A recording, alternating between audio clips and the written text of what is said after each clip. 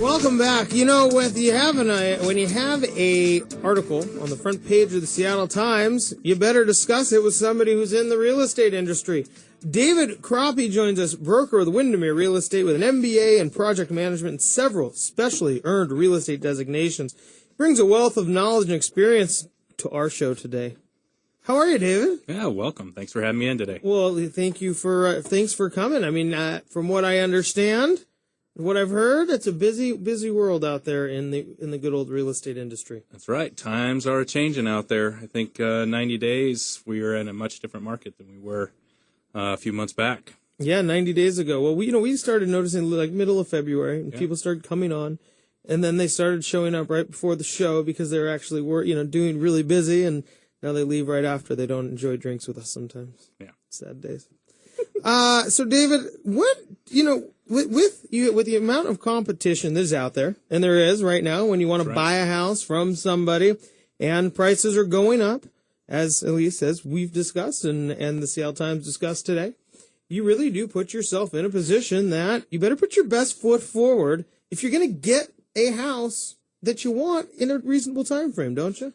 Yeah, I got to tell you, with the buyers that we're working with right now, they get a little frustrated because they find a house that they finally love. We give the seller's broker a call, and we find out not only is there one offer already in, but there could be two and others coming. And now we got to sit down with our clients and help structure an offer that's going to put them in the most competitive light without getting them into a position where they perhaps may overpay for the house. So what are some of those big pieces of that puzzle? Because with a project management background, my guess is that you see a lot of different things at once. I mean, a lot of different aspects of a deal, all kind of at once, and what it all comes to. Where do you see some of those big pieces of a puzzle in order to, really help a buyer, help somebody go purchase a home? Well, let's talk about the competitive nature of the home buying experience. When you're looking at it from a project management standpoint, it's all about time. So a lot of times we don't have the luxury of sitting back, figuring an offer, maybe waiting to see what the seller's going to do, which offers they're going to take, get the inspection done after we've got a contract in place. We got to move fairly quickly. So that's lining up the inspector before we even make an offer on the house and find out, if we get stuck having to do a pre-inspection, are we going to have the guy available? Then we got to talk to the listing agent ahead of time saying if we want to get in and present our offer in person to the seller and to that agent, are they going to be available? And if so, how's that going to work out? So there's a lot more work on the front end. Right. That really has to go into really making a more effective offer. I mean, it's part of kind of this negotiation of getting the house. Right. So we're finding homes to take our clients out to go show them. But at the same time, we're also trying to figure out what do we know about these houses ahead of time? What do we know about the circumstances of the sellers ahead of time? Have we had a conversation? How broke are they? Yeah. Where are they at? What do they have in terms of liens? Look on their LinkedIn, you go, well, they look like they just lost their job. That's right, because the more you know about the other party, obviously the better position you're going to be in negotiations. But with this market, we got to move quick. We move really quick, and we got to get our folks into a position of strength. And there's a couple tools that we can use to do that. One of them is the multiple offer addendum or escalator clause that we use. How does that work? So with an escalator clause, let's say you have a house listed, and I give you a call, and I say, Ben, we've got some folks interested in your house. Can you give me an idea if we have any interested parties? And if you're a good agent, you're going to say, I have 3. Yep. And I say, can you tell me the strength of those offers? Extremely strong. And what would you suggest would be in my client's best interest putting an offer forward? Very high. So then I don't know a whole lot at this point on where you're at. I know you got a couple good offers. Is that kind of how it goes? If they're good, they're not going to tell you a whole lot except for encourage you to submit your highest and best offer. Which is fair. I mean, that's their job. That's their job. But not everyone is at that caliber. So, of course, a good buyer's agent is going to explore as much as they can, find out what they know about the other party. But a good agent on the other side is going to be very tight-lipped and just say, hey, bring your best offer forward. So we're sitting there, we're counseling our buyers, so we're like, okay, market value on this house would be X, okay? Knowing that there's demand out here, they may have offers already at full price or perhaps a little bit over. Knowing your financial situation, what's your comfort level, because we can structure a escalation addendum, which would put you to your cap, that your walk-away price.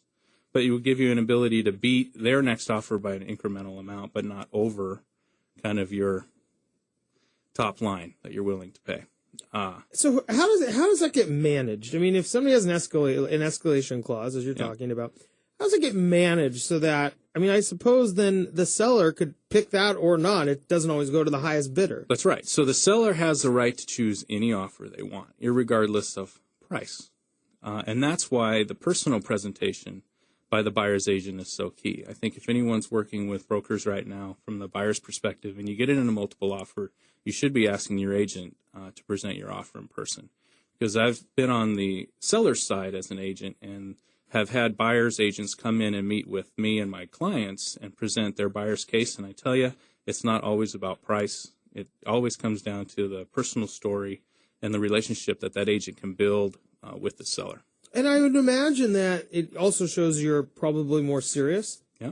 And it allows a person to, go in and from the agent's perspective, have a much quicker discussion than I'm going to fax or email this to you. Right. Then you go talk to the seller. Then they're going to talk back to you. Then you're going to call me back. And now it's been hours, if not days. Right. And this is not just a intangible asset that, let's say, a company is selling. This is someone's home. They've raised their kids here. They've had life memories in this home. It's very much a part of who they are. And every seller I know is curious to see who might be buying their house. And it does have some weight in terms of which offer they choose by their comfort level or their attachment to that potential buyer. So when you go in and to present, the best thing you can do from an agent's perspective is try to tell the human side behind their offer. And of course the money doesn't hurt. Yeah, Yeah, I mean, we go from escalation clauses to, and by the way, it is all about the personal story. There's a little bit of both in there. That's right. When they get close, and the terms and conditions are close, financing is close, it can sway the seller one way or the other based on the human aspect of it. But you got to also be competitive. Is that really where this strategy works? It's probably not with an investor. It's with the family who's raised their kids there, and the family dog is outside while you're talking about. It's the family home rather than somebody who maybe went and flipped a house or something. Yeah, and that also opens up the discussion to what markets do we really have out there right now, and we have two split markets. We've got that wholesale distressed investor market of homes being sold, and then we have the cream puffs, I like to call them, and that's the houses that have equity, are in good condition. A lot of times people are still living in those homes. And the multiple offers typically are those cream puffs, are the move-in ready homes that the buyers have seen everything. This is a house they're actually going to live in. They've seen everything. Nothing's quite worked for them, but now they're in a position to act. You take them out, they see the right house, they're ready to go. But on the flip side, so are a lot of other people. We're here with David Croppi with the Windermere Real Estate. David, what are some other ways a buyer can really strategize to find the home that they would like to move into or purchase?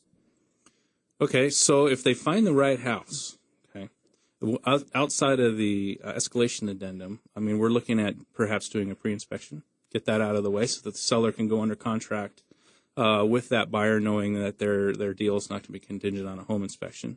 But you got to line that up ahead of time, and you got to get an inspector in there who can work fairly quickly. And get the information to that buyer prior to making their offer. And coming from the mortgage business, we have a Jim Estrada who's an inspector that comes on our show all the time, and he said, you get into these if you don't do something quick or line it up, people have maybe it's a 7-day window or 10-day window. The inspector's so busy right now he can't even get to the house, let alone help you suffice that piece of the contract. Right, and their schedules are getting pulled pretty quick too because they may have a few scheduled. Then I have a few buyers over the weekend shopping for houses, and they get that frantic call like, hey, can you get out here on Sunday morning and do a quick pre-inspection? So then you call that same inspector they're already booked. So you got to try and line that up and block out scheduled times to get in there. It seems like it would be a big asset. You also mentioned homes near listing but not quite on the market. Okay, so when the inventory gets tight like it is right now, that's really a chance for those that are in the business, the brokers, to really shine through their networking. So every other Monday morning, our office, we sit down and we go over new listings that people are bringing on. So this could perhaps be the first opportunity that these agents have seen these homes. They're not quite on the market. And then also we talk about what may be coming on soon. So it's really a good opportunity for agents within the marketplace to start networking amongst each other saying, hey, I've got this buyer looking for this particular kind of house or in this area. But we're not quite seeing anything. Do you know of anybody that might be bringing something on? And then, then again, the smart listing agent's going to be like lining those people up, but not quite giving them a chance to make an offer until they get it onto the marketplace. Then expose it to everybody so you can get that full competition, but it does give those other brokers a chance to get their buyers in there before it hits the market, perhaps for a pre-inspection. You also talked about not overpaying. And I know, again, coming from the mortgage side of things, it used to be we'd pre-approve people for $400, and undoubtedly they'd try to write an offer for $410. Right. The good news is now people are much more conscious of what's going on as far as their financing, and they're typically not overpaying. When they get into this competition mindset, though, maybe they can afford it, but isn't there that goal of winning that kind of comes out, and sometimes the emotional part of winning, Pete Carroll would call it, right? The competition comes out, and now that maybe overshines the price. Yeah. So let's take it from two directions.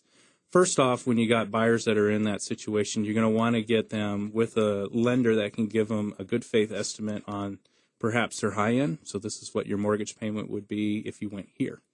And then if you're making an introductory offer at your low end, this is what. So now they're bookend. They know their comfort zone in terms of a mortgage payment at their walk-away price and then within their introductory price. So when you're in the heat of the negotiations, you at least know that those buyers are in their realm of comfort. Okay, but when it does get heated, there is that opportunity that they may push it a bit.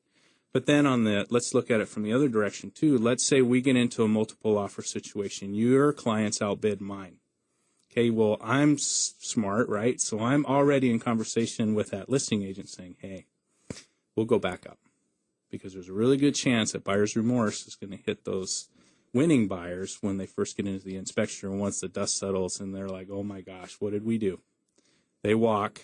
Now your folks are in number 2 position, ready to get that house. And, that would seem like a good idea, especially if they really like the house. That's, of course, a big piece of that. David, we do have to go to break, but thank you so much for joining us. Truly, it is interesting to hear what buyers need to do because, hey, with house prices going up, people are probably even more frantic. You guys are probably going to see a frenzy over the next few weeks after the Seattle Times article that came out today. Yeah, we're busy. Yeah. It's getting busier. Well, you can't complain about that after the last few years. Yeah, thank you. Yeah, David, thanks so much for joining us. Again, David Croppi with Windermere Real Estate. When we come back, well, we just talked about people being responsible and making sure they're not overpaying for a house. You ever thought about how you can be very responsible, at least socially, when it comes to investing? Ellie Winninghoff's going to join us in just a few minutes and let you know some of the impact your money can have with certain types of investments. We'll be right back after this break. You're listening to Brashenomics.